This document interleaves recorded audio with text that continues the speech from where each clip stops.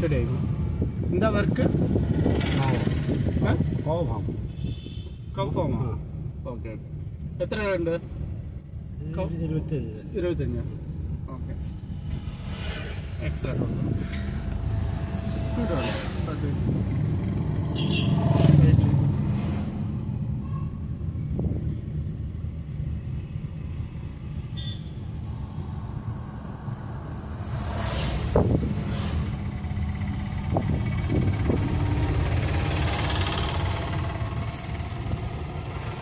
study ആയിട്ട് കുറച്ച് right, right,